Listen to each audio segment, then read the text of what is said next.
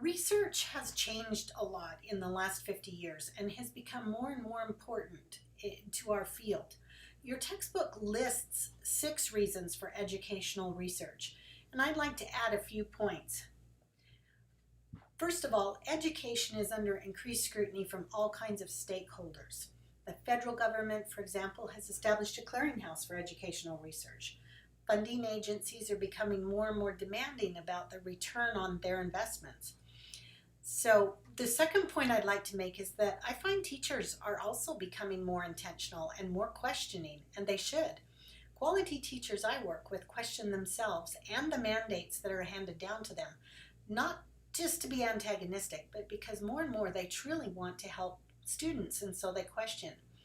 Teaching is very isolated unless a teacher reaches out to others who may have information and answers. And I've seen a real change in the profession in the last 10 to 12 years as teachers become more comfortable reaching out for that. Third, I'm a consumer and a stakeholder. I want to know that teachers are using strategies that work. I have grandchildren in the school system and they matter a lot to me. I also pay taxes, as you do.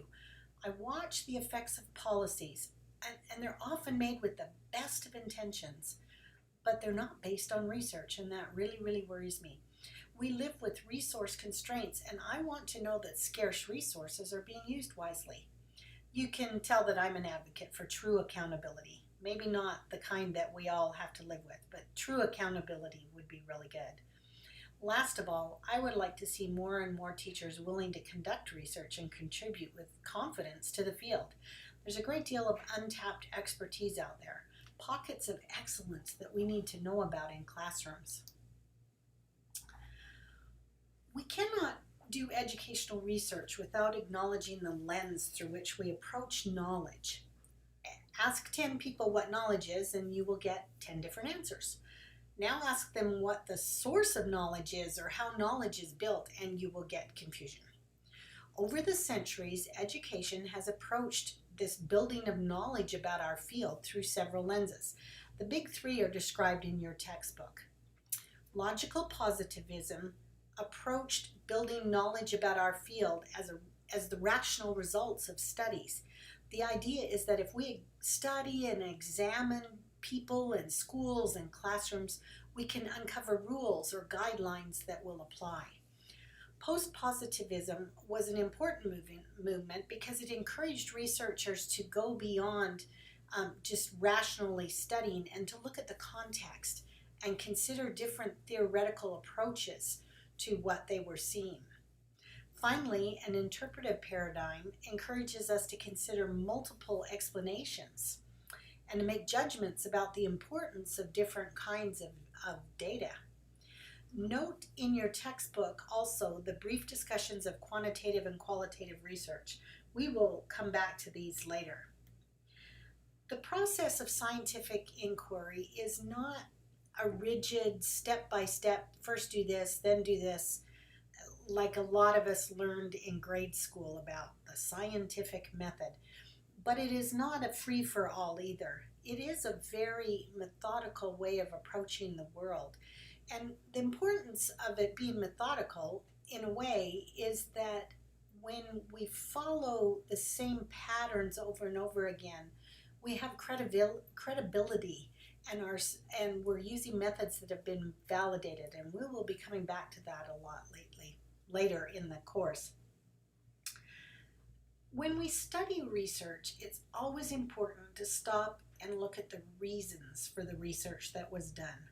Were they practical and pragmatic, or was the study done to gather knowledge and be able to use that in a classroom? Or was the research done with an agenda to change the world, usually a social agenda? And we'll be discussing that a lot later on also in the course, especially when we talk about ethics and different kinds of research. Pay attention in your reading to the guiding principles of inquiry, as well as to the characteristics of good research. I'd like to point out 2 that are really important, especially if you are considering doing research. Characteristic number 4 is about simple explanations. In good research, we are looking for the simplest explanation. This goes back to Occam's razor and to having a parsimonious explanation. As soon as you start making complex explanations, you're actually limiting the generalization of the research. Characteristic number 7 I love. It's about skepticism. A healthy dose of questioning is critical to doing research and to using research. Any research that you come across is going to be more useful to you, and you'll know where to use it and how much weight to put into it if you will approach it with a good, healthy dose of skepticism. Your textbook talks about research methodologies. The table that describes the different qualitative and quantitative approaches to research based on some different characteristics is really important. You'll find that the educational research world, and you probably already know this, has two camps. And sometimes you come across heated arguments about the merits of each. You've got an opportunity to develop your preference and what works best for you and what you want to put weight into, as qualitative and quantitative researchers approach questions very differently. But when you critique research or advocate for it, it's really important that you can recognize the approach that's being used because they answer questions differently. Going a little bit deeper into that, there are different kinds of research, but research never falls neatly into these 4 areas. There's way too much overlap. You cannot do applied research, for example, without understanding the basic or theoretical research that's been done in that area. There's also a misconception that evaluation research is just about reporting, probably because we're under the gun so much to report, to be accountable. But good evaluation research actually looks for explanations and makes suggestions for improvement based on a basic or applied type of research. So never think that these 4 kinds of research are exclusive. I want to talk briefly about theories as we start into our study of research. Everything you do is a function of your beliefs about the world. You may teach, for example, a unit on phonics because that is the only way you're even aware of teaching it. You have a lens you use when you make decisions. I want to give you an example that I will never forget. When I was a brand new teacher, I watched 3 teachers at my school leave every day right on time without even taking home papers. I was so impressed and thought I needed to get good enough that I would become just like that. But as I taught longer and got better at my craft, I realized that watching a clock didn't work for me. My lens changed. I had to develop my own beliefs and systems for doing the best for my students. But then my lens changed even more. Was I right, or were those 3 teachers? It's not a matter of right or wrong, correct or incorrect. It's a matter of where your priorities are, and those shape how you see the world. I found out later that one of the teachers cared for an invalid sister who had to be picked up at a specific time from adult daycare.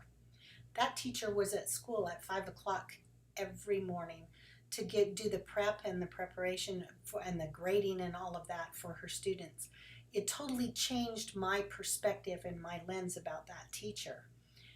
And yet, as I taught longer and longer, I definitely changed my attitude about teachers and clocks. And you can see that I have a definite bias about that too. You approach your teaching through your beliefs about how students learn. And I hope that you have an opportunity to challenge some of your own beliefs this semester. What this means for research, though, is that you have to peel back all of the trappings and consciously find the theoretical lens that the researcher is using. It explains a lot about what you're reading when you can understand why the researcher is approaching it that way. I'd like to add 3 limitations to those listed in the textbook about research. I just spoke about theoretical foundations and lenses. A researcher's theoretical approach can limit the generalizability of the findings. but so can biases and prejudices, which is almost what my lens about those teachers fell into. If I approach the world of education with a view that boys are better at math than girls, that's going to color my research. That one may be obviously silly, but we are human and we have biases and prejudices sometimes that we're not even aware of. Second limitation, funding. Not just limited funding, which is always a problem, but in how that funding determines what data and how much to collect. We can never collect enough data about a situation. You have to make a limit to what you can possibly do, and you have to decide how much is enough for the strength of your case and how much you can afford in dollars, time, energy, etc. Going along with that is how much funding or a funding source can influence a study. I have seen really, really good research that came from publishers and vendors, for example. But I've also seen some very biased and unuseful research, or what is called research, from publishers and vendors. You have to follow the funding trail, and that's part of the skepticism of looking at research. Last of all is a kind of approach with limitation number 3 in your textbook. Those who implement strategies and programs are complex human beings. Teachers are unique. Every teacher is unique. And I don't know about you, but I found that I even changed my approach throughout the day. I could teach period 1 in a certain way, and by period 6, I had it completely different. It's very, very difficult to take out the variability that arises from different people implementing strategies in different ways.